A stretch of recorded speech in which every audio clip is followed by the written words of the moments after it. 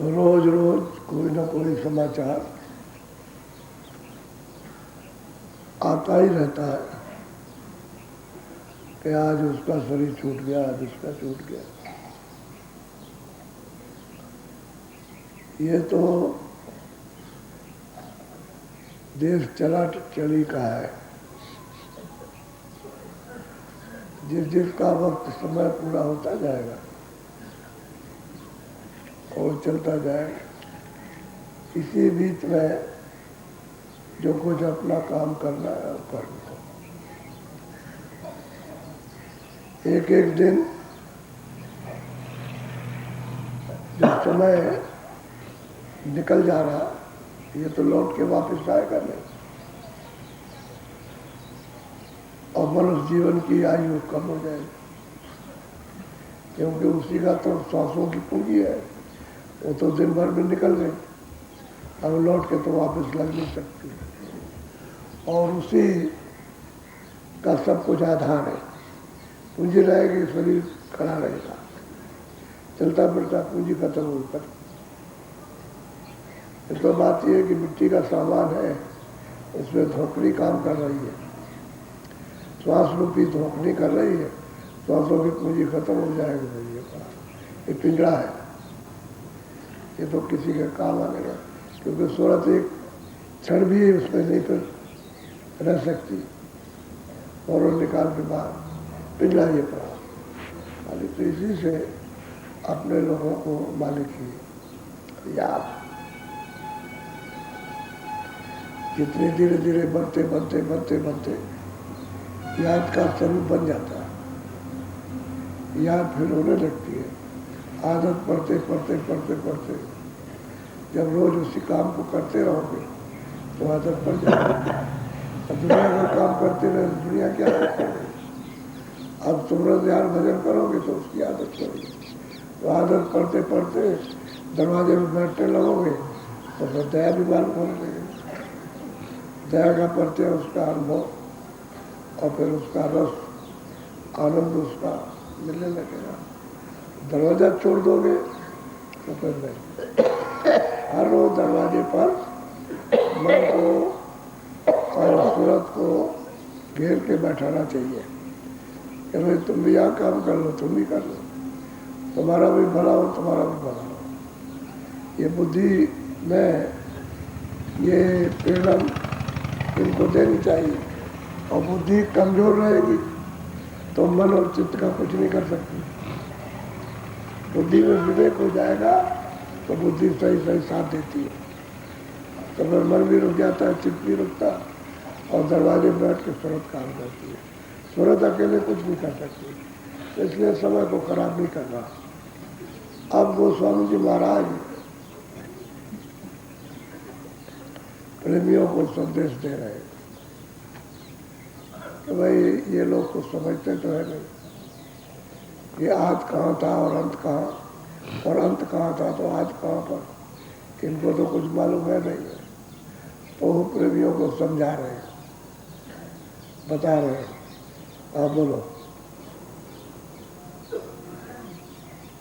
तुलसी कहत बुझाई, कर्मा धर्मा सब सुनो, आगे कहूँ लखाई, मुक्ति विधि दर्शाई। कहते हैं कर्मा धर्मा तुम अच्छी तरह से समझ लो, क्योंकि मैं तुमको समझा रहा हूँ, और समझ जाओ तो फिर पूछ लेना। कहते हैं कि आद और अंत, अंत और आज, ये तुमको बताऊंगा कि अब तुम क्या देख रहे हो, और जब वहाँ पहुँचोगे तो वहाँ क्या देखोगे। यहाँ क्या प्राप्त कर रहे हो और वहाँ क्या प्राप्त करोगे। तो कर्मा धर्मा ये दोनों जैन मत के ये सुना करके इनके पास आ गए। आगे इन्होंने जो कुछ प्रश्न किए थे उसका तो सबका जवाब मिल गया, तो शंका दूर हो गई।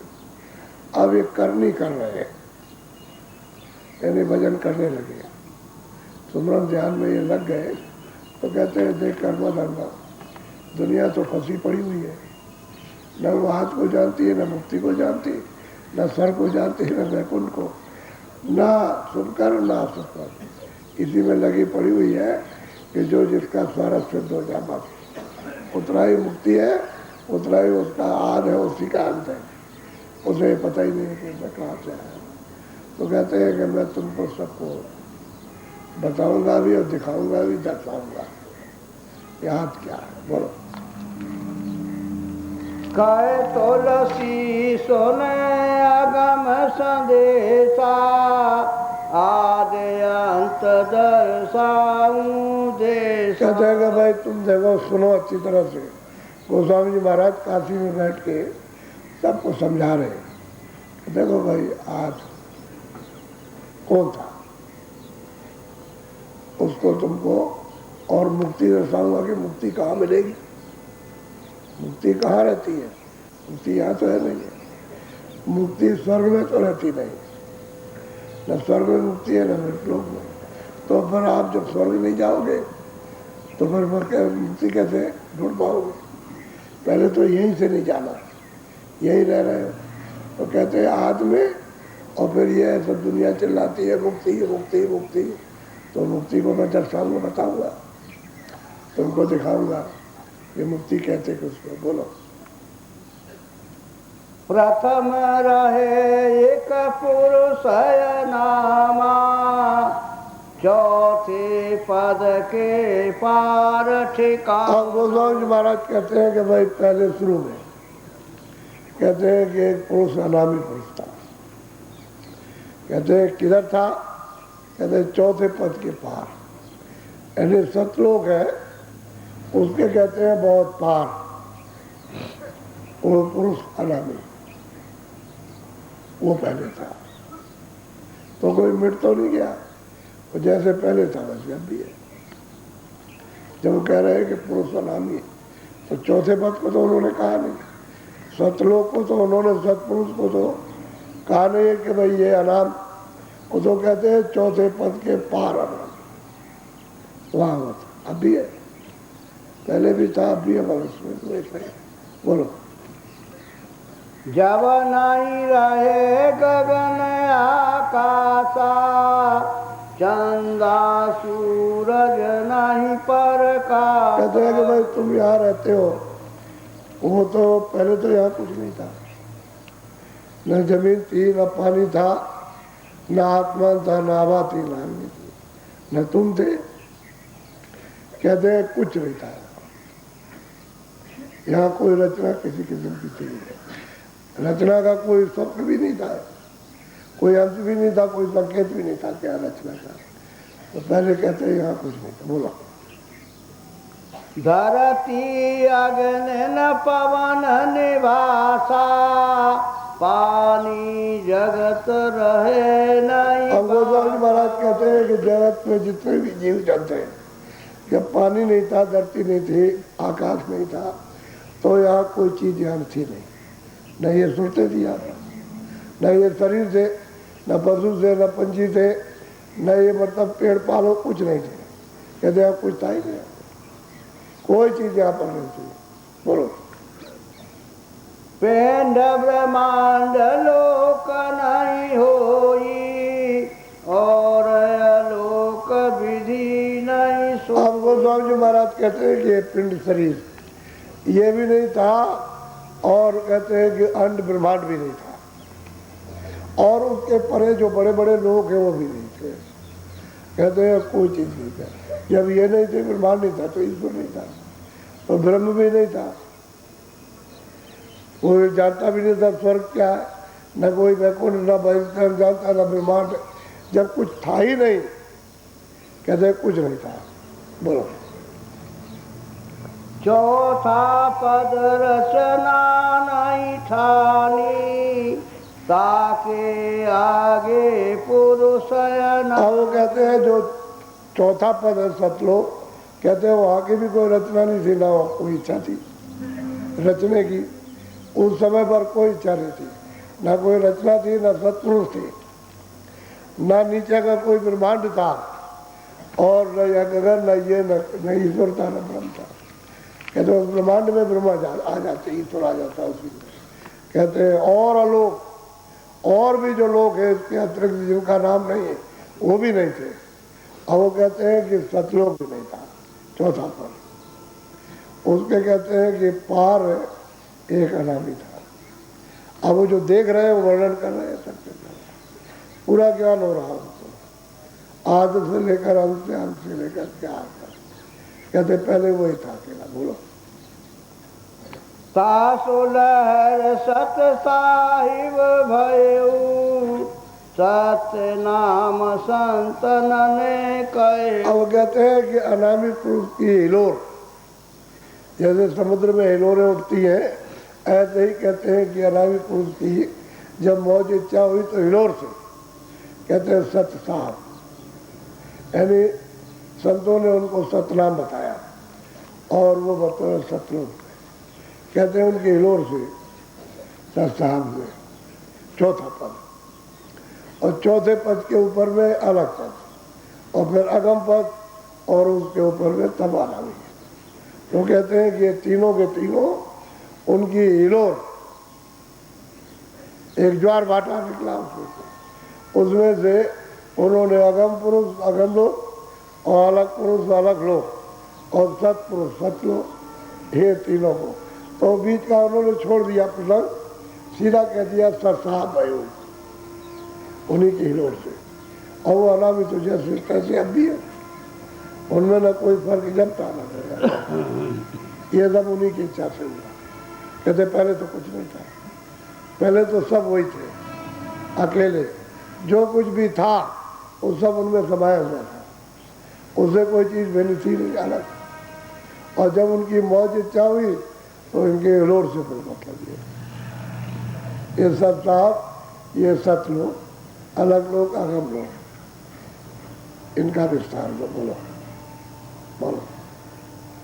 या की विधि विधि गति गाई, बिन सत्संग नहीं दर्शाई। गोस्वामी जी महाराज कहते हैं कि भाई इसकी विधि बिना सत्संग के कोई इसको समझ नहीं सकता। जब तक सत्संग उसको नहीं मिलेगा तब तक ये आज से अंत, अंत से आज कैसे विस्तार हुआ, कैसे सिमटाव हो जाएगा, यानी सिमटाव भी हो जाएगा। जब विस्तार हुआ तो सिमटाव भी हो जाएगा। जैसे अभी है यहाँ हम लोगों के, सब लोगों के लिए विस्तार हुआ, और जब सिमटाव होगा तो कुछ नहीं रहेगा। जब महाप्रलय का वक्त आएगा तो कोई चीज़ नहीं रहेगी, कोई चीज़, कहीं पृथ्वी रहेगी, न जल रहेगा, न वायु, न अग्नि, न आत्मन, कुछ नहीं रहेगा, सब सिमटा हो जाएगा। तो जब पहले था हुआ तो मतलब ये है कि सिमटा भी होगा कभी, ना होता तब तो कोई बात नहीं थी, जब हुआ था। और वो ना भी तो पहले भी था।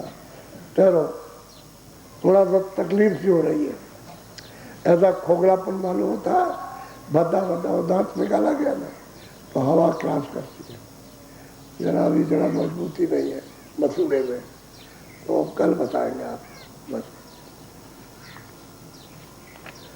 कल आपको कहने का यह है कि बिना सत्संग के कोई चीज़ समझ में नहीं आएगी।